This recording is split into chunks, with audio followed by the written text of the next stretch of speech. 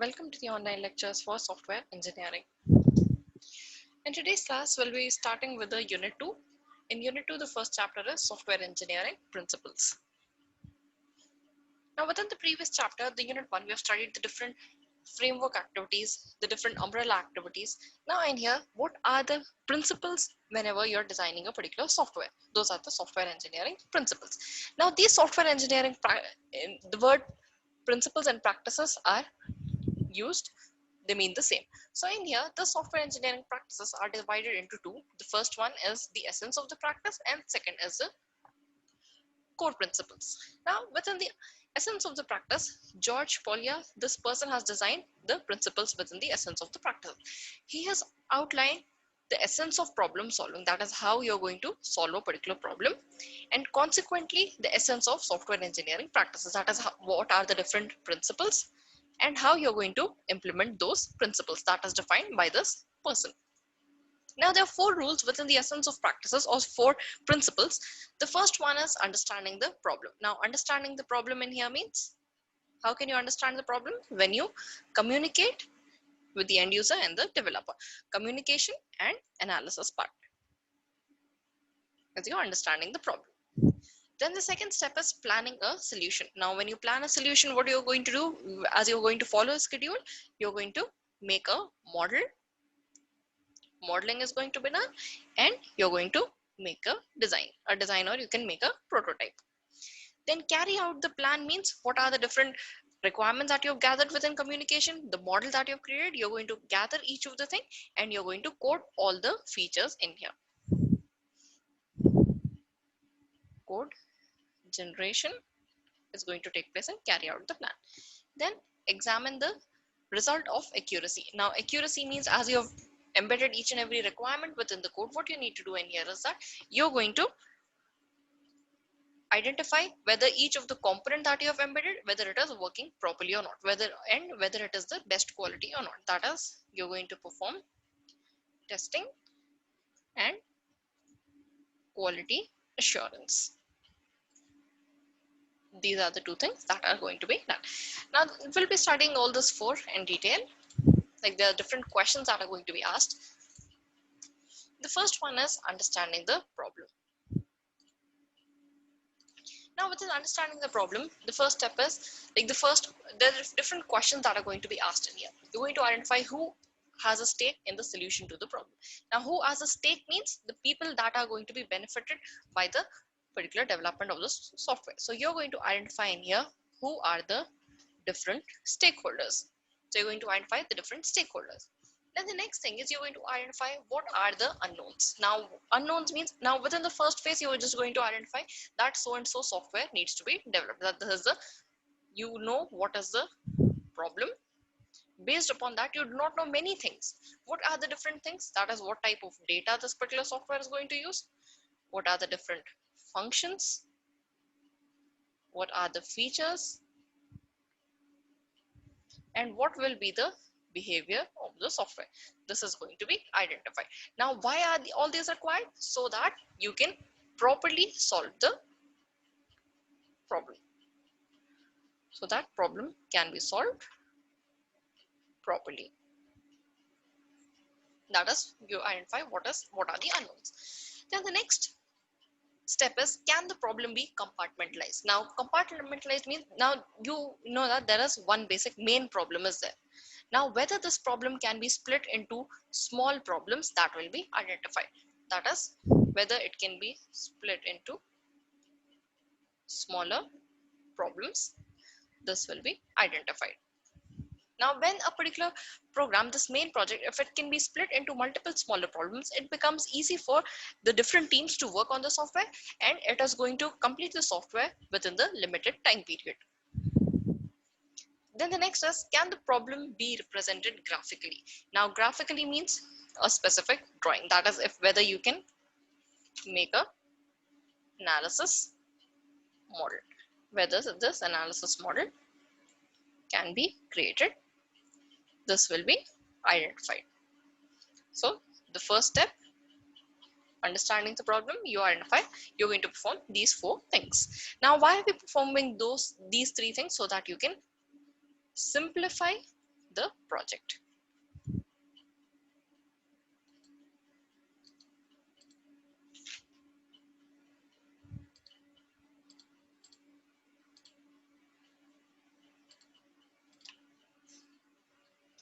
The next one is plan a solution.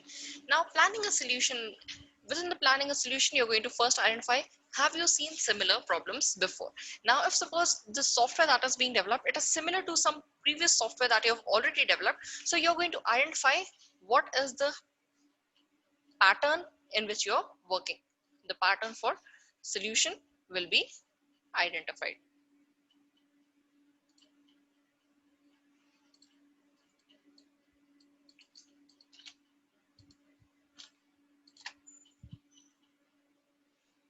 The pattern of solution can be identified.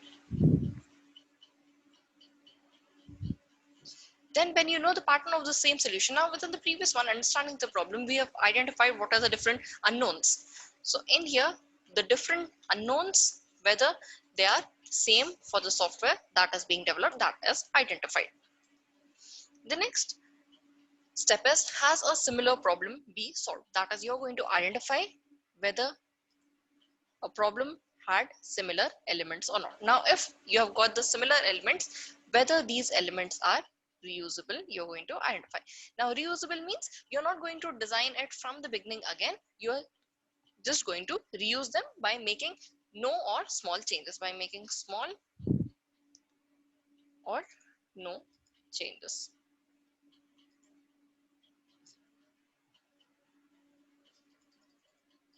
Then the next is, can subproblems be defined? Now, subproblems be defined means, now in here, when you're splitting a problem into different categories of subproblems, it becomes easy for you to solve. That is, we will also identified within the previous step. That is, can the problems be compartmentalized? So in here, you're going to identify whether this can be, now one problem, whether it can be split into the different subproblems, so that it becomes easy to work on the software.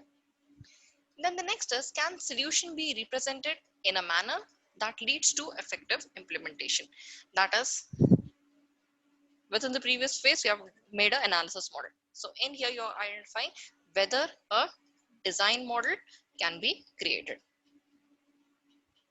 That is identified in here. Now in here, analysis model is used so that you identify whether all the features are present or not. Whereas from the analysis model, like this is a prototype, a dummy version. Based upon that, the dummy version, all the changes that you want to do, you can make it and embed those changes within the design model. Or in here, the second point is, you've identified whether the components are reusable. If you're using reusable components, you can directly integrate those reusable components into the design model.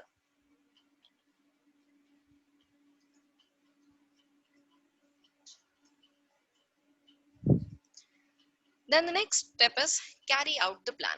Now in here, carry out the plan means, in here, does the solution conform to the plan? That is, the solution that you're designing, that is this, we can say in here, the source code. The source code is going to have all the features.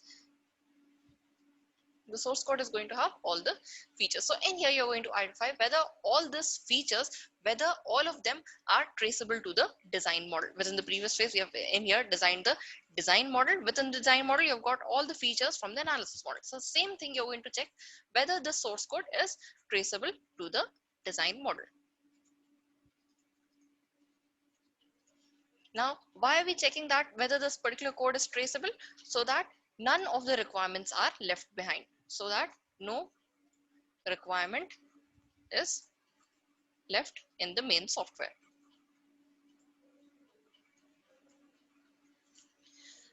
Then the next one is each component part of the solution probably correct? Now in here, you're going to identify whether the design and code is being reviewed. Now you've got the design, that is from the design model, and code is from the source code, whether all of this are reviewed. Now why are we going to review all of this? We are going to review to identify whether the software, whatever features you are implementing, whether all of them are correct or not. You're going to identify this. That's why you're going to carry out the, within the carry out the plan, you're going to check whether each and every component each and every design and code for every component should be correct. And in here, correct means all the algorithms also that you're using, all the algorithms should be implemented correctly.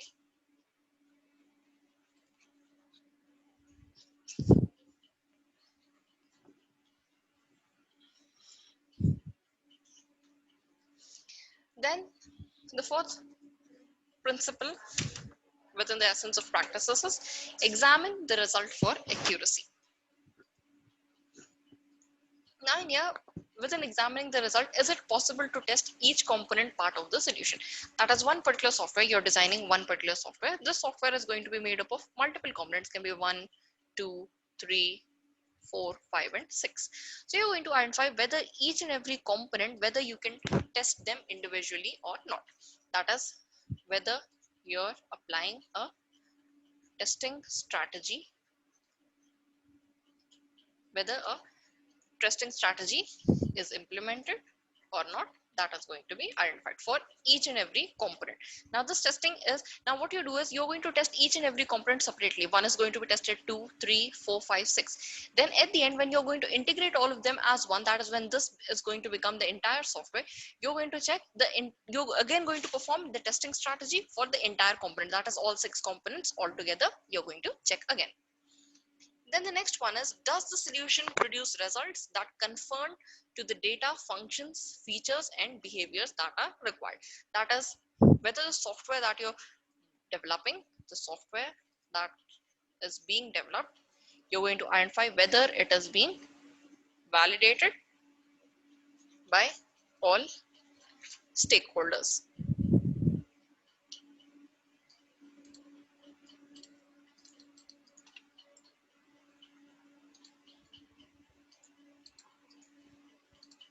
There are going to be different stakeholders. Now, stakeholders can be managers, they can be marketing people. So each of them has got their own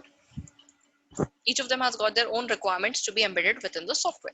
So in here, you're going to identify whether each and every feature, whether it was validated by each and every stakeholder. That after the entire software is being developed, then one stakeholder comes and tells that this is not I wanted some different thing. So again, making the changes is going to be difficult, or you will have to start the process again from the beginning. So these are the 4 principles within the essence of practice. The next second part is core principles. Now within the core principles,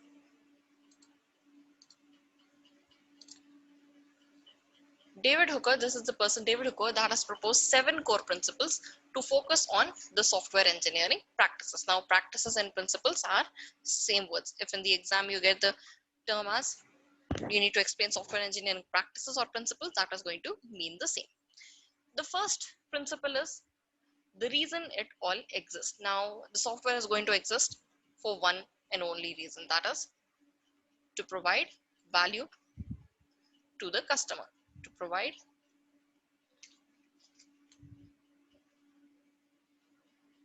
this is the main reason. So in here, you're going to ask a few questions that whether each and every feature that you're implementing, a few questions that you're going to ask are whether it is going to add real value to the system. Each and every feature that you're implementing, whether the user is going to be benefited, whether the customer is going to be benefited by the addition of this principle or not. If suppose the answer is no, means you are going to stop it. If the answer is yes, then you're going to implement that change within the software. The next principle is keep it simple. Now keeping it simple means in here all the design should be simple. It should be simple as possible, but not like very simple. It means like simple means it should not be quick and dirty. It should not be quick and dirty. It should be simple, but it should have all the features. Now it should be simple because in here when the developers are developing the software, it is going to be used by the customer. So in here you're going to develop the software by keeping in mind that the customer is going to be the person that is going to maintain the software.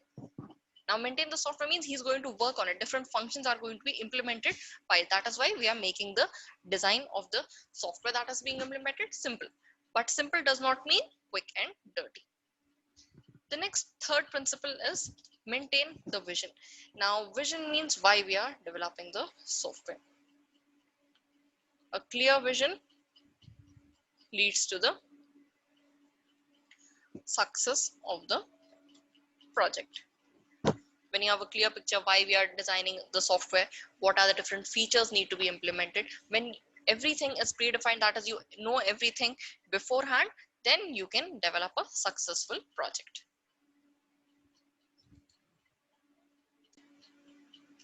The next principle is the fourth principle: what you produce, others will consume. That is, and here you need to specify each and everything. You need to specify the design, implementation.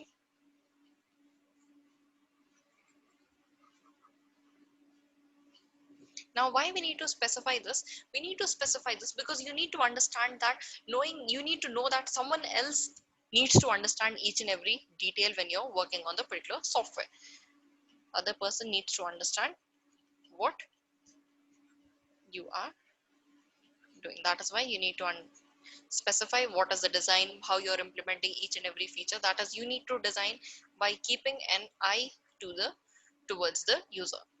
That is how the user is going to understand. The user is might be able to, sorry,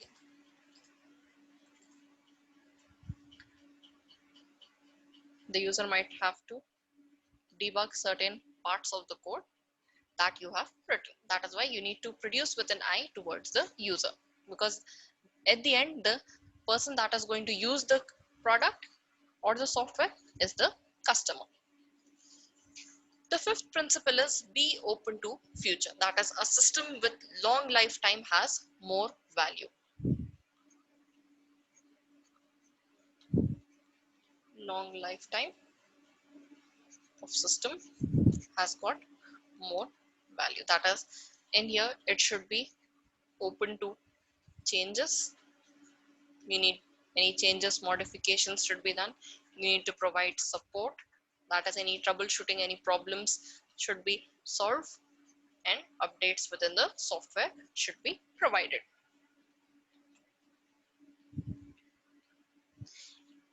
And one more thing is that be open to the future. It also means that there might be some possibilities that a risk might arise. So you also, that is, in here you're going to identify what if the risk arise, what is the action that you're going to take. You need to identify and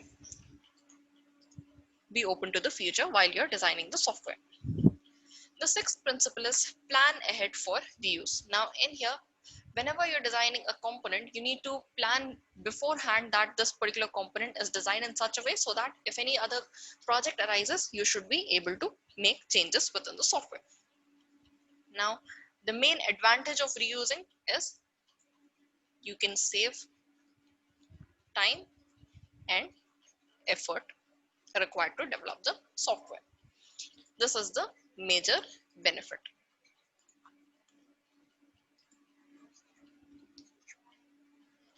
The seventh principle is think.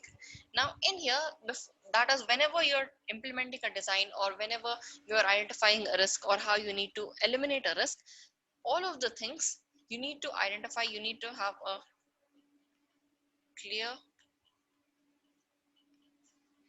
and completely, you need to think each and every action that is going to be performed on the software so that it can lead to a better result.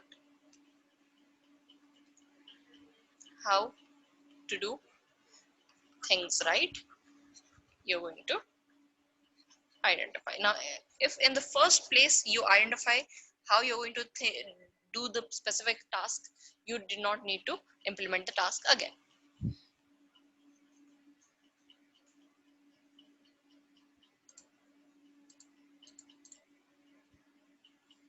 Now, coming on to the communication practices.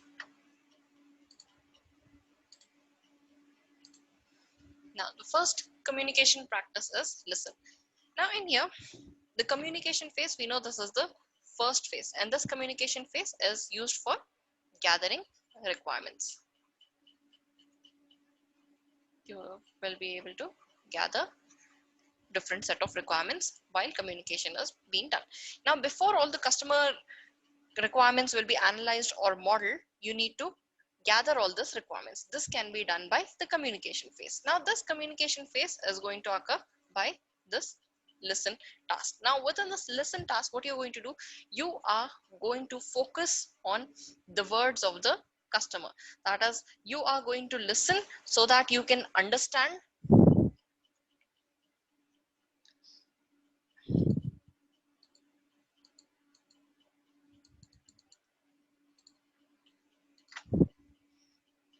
you're going to listen so that you understand what needs to be done rather than focusing on what response you're going to give.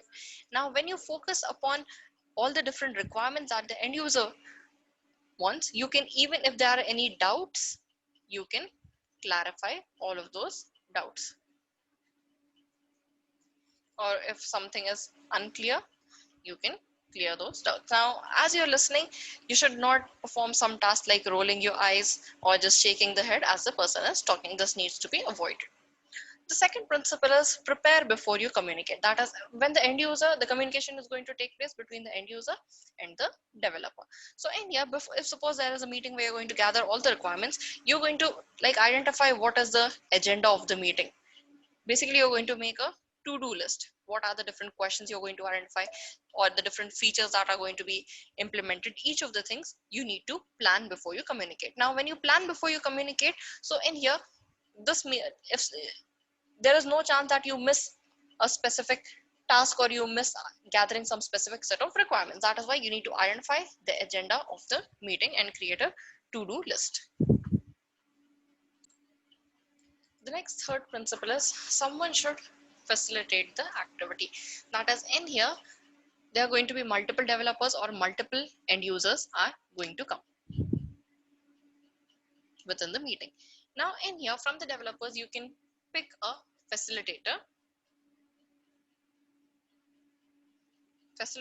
or in other words you can say the leader.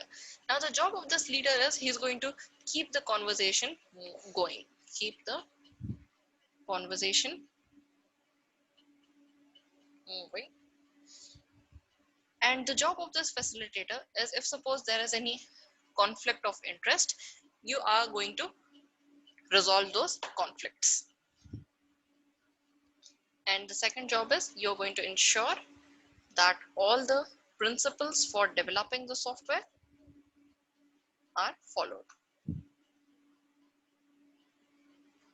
So these are the two things that are the job of the leader. The next principle, the fourth principle, is face-to-face communication. Now in here, whenever you need to communicate, whenever the end user and the developer need to communicate, this communication should occur face-to-face. No phone calls, emails are not allowed. Now why they are not allowed? Because in here, when you are sitting face-to-face, for plain questions, you get plain answers. No twisting, turning of anything. You're going to get clear answers for each and every question. The fifth principle is take notes and document decisions. Now in here, as you're communicating, you need to identify a person that is going to record the conversation. Now, why this recording of conversation is important? The recording of conversation is important so that the first main important thing is so that you do not miss out any detail. And the second one is, now there might be a phase, there might arise a situation where the end user is going to tell that I have already told you that I wanted this particular feature in the software within the first meeting. So you can get out all the minutes of meeting and you can clarify that this particular points were not said within the meeting. So this is the fifth principle. The next principle is the sixth principle, strive for collaboration. Now in here, strive for collaboration means in here, every time you're going to collaborate between the end user and the developers, each conversation is going to build trust among the team members.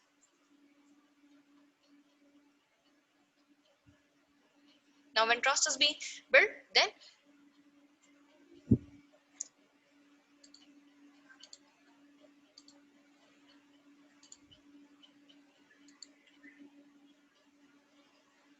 when you can trust each other, you have got a common goal to achieve. That is why you need to strive for collaboration. That is, there should be no fighting amongst the end user developers. They need to trust each other so that their goal can be achieved. The next principle is stay focused and modularize your discussion.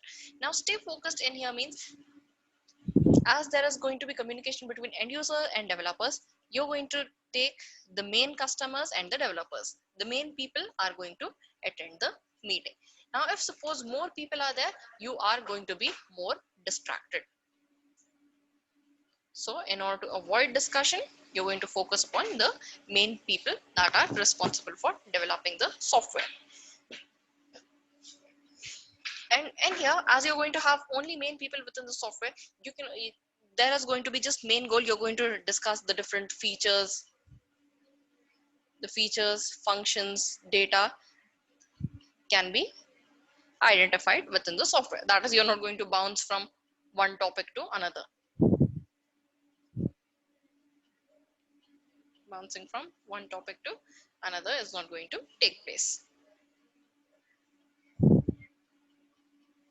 The next principle is eighth principle.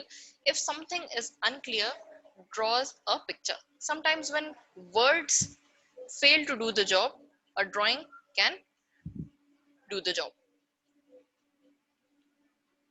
That is sometimes what happens, a particular feature cannot be like told within simple words. If you draw a picture, it becomes more easy for you or and the end user to identify what needs to be developed. So it gives you more clarity of features and tasks that need to be performed. The ninth principle is once you agree to something, move on. Now in here, that is when you have agreed on one thing. Once you've agreed means you've made a solution, you've found the solution for a particular problem, you're going to move on. And if you can't clarify on something, you're again going to move on. The same way like in exams, when you're unable to answer a particular question, you go on to attend the next question. Later you're going to come back to that particular answer and you're going to solve it. You're not going to waste time,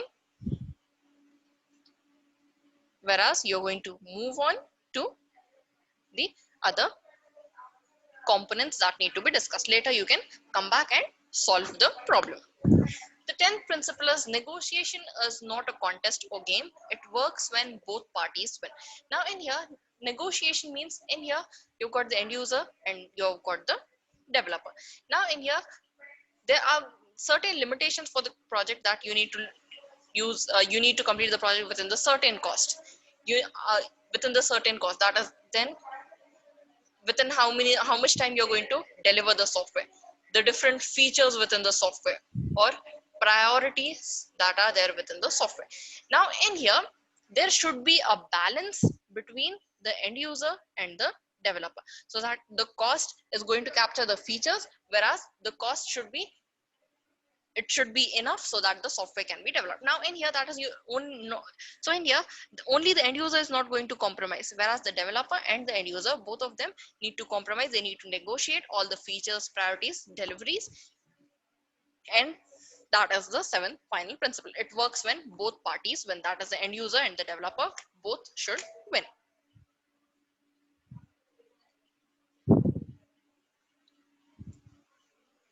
The next is planning practices. Now within the previous phase, that is communication phase,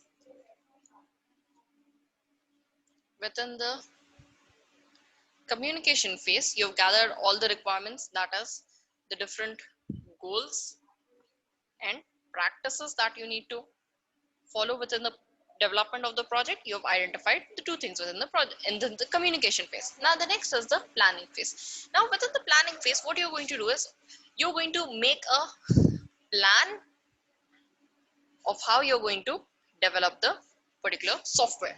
Now in here, this plan is going to provide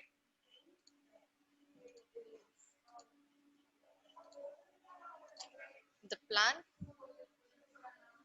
is going to act as a roadmap for the software that you're developing. That is why making a plan is important. Now, making the plan in here, it is going to identify the different risks that you might face, the resources that you're going to require, and there is resources you're going to identify and making a plan. Plan means making a schedule for developing the software. The first principle in here is understand the scope of the project. Now in here, it is impossible to use a roadmap if you do not know where you're going. So that is why you need to know what is the scope, why we are developing this project. The scope is going to tell you what is your destination. Now when you know the destination, using the roadmap is going to be very efficient. The second principle is involve the customer in planning activity. Now in here, when you're planning, you need to involve the customer, because in here you need to create a balance between the priorities within the different requirements. Now in here, priorities means if suppose there are 5 requirements, one or suppose 3 requirements are there, the particular software is going to have 3 requirements. Now in here, the most important one is the second requirement, the next is second, the first requirement stands at the second place, and the third requirement stands at the third place. Now if suppose you need to adjust the cost, the third most least priority, the least priority feature can be removed. That is why you need to involve the customer, so that you get to know what are the different priorities within the project. Then constraint. Now constraints can be the cost of the software. Now you're going to identify the priorities, the constraints, the delivery time of the software. You're going to involve the customer so that all the things can be negotiated and you can agree on terms. The next one is, the third principle is recognize that planning is iterative. Now in here, iterative means once you've made a plan, it does not mean that you have engraved it on stone. So in here, any changes that you want within the software, if any changes are requested, you need to make adjustments within the plan. You need to adjust the plan to accommodate the changes within the software. That is why it is an iterative model. You might have to do replanning for the software that you're developing. The next is estimate based on what you know. Now in here, the entire cost to develop the software, how is going to be identified? You're going to identify how much effort you need to put in, how much is the cost of different technology, different resources, what can be the different risks, how you're going to eliminate those risks. By keeping in mind all of the things and how much time will be required to develop the software, you're going to make the estimate. Now this estimate will be done based upon the risk, cost, effort and time. For each of the thing, you're going to make estimates. So in here, these estimates are going to be made on things that you know, that you're sure of. Now the things that you're sure of, if you make an estimate based upon the information that is sure, then it is going to work well. Now if suppose you're making any changes if suppose the information that you're using is untrustable or it is vague, then the project becomes unreliable. The plan becomes unreliable, that you cannot rely on the plan anymore. The fifth principle is consider risks as you define plan. That is, what if the particular risks arises? Now the main task in plan is you're going to identify the different risks. So what if the risk arises? Now if you identify a risk is going to might occur, so the time that is going to be required to eliminate that risk, how you're going to eliminate that risk, each of the things need to be added within the plan. That is, this risk will occur, we do not know how much time will be required, that also you need to add within the planning phase. The next one is be realistic. Now be realistic means in here, you're not going to give false hope to the end user that the software is going to be developed within so and so time. That is, there are like 24 hours in a day. If the customer works every day for a week or for 2 weeks, the software will be developed. That is an unrealistic approach, because no one works for 100% of the time. They require breaks, there are office hours, people communicate among themselves, you got lunch times. So each of the thing needs to be identified. You need to be realistic and make a plan. And you might also keep in here the time that is going to be required for the different elimination of different types of risks. Any errors, bugs need to be removed, that time needs to be also be added. The next principle is adjust granularity as you define plan. Now granularity means the level of detail. Now level of detail mean, now in here, if it is, if you say that granularity is coarse means you're just giving a broad or brief picture. Whereas if you say that the granularity is fine granularity means you're giving detailed description of each and every task that need to be performed. So according to the plan, you're going to adjust the level of detail, how much detail you need to give for each and every component, that will be identified in here. Now these all are identified so that you can keep a track of the different tasks that you're doing to develop the software. The eighth principle is define how you intend to ensure quality. That is in here how you're going to ensure that the software you're developing, it is the best quality. You're going to identify that. Now this can be identified by taking technical reviews or identifying that pair programming will be used. Now what is pair programming? Pair programming means that instead of one person, two people are going to work. Now when two people are working, it is like two heads are better than one. Different ideas, you're going to have different set of ideas, you're going to be focused on what you're developing, and elimination of risk is also easy. The ninth principle is describe how you intend to accommodate change. Now in here, this if so, as you're making a plan, you're going to identify in here if suppose any changes are there within the software, if any change is requested by the end user, how you're going to make those changes within the software. You need to have a plan for that. That also you're going to identify that how changes will be accommodated. That will be identified. The 10th principle is track the plan frequently and make adjustments as required. Now in here, tracking the plan means you need to keep a track of the plan on your daily basis. That is how much work is done in a particular day. You need to identify that. That is, you need to track progress. How much work is being done, you're going to identify that. When you keep a track of progress, sometimes what happens is that you fall out of the schedule. Sometimes you're not able to meet the goal of the particular day. So if you're unable to make keep the goal of the day, then you can make any readjustments to the plan. You might work for an extra hour, or you might take help for some person to complete the task.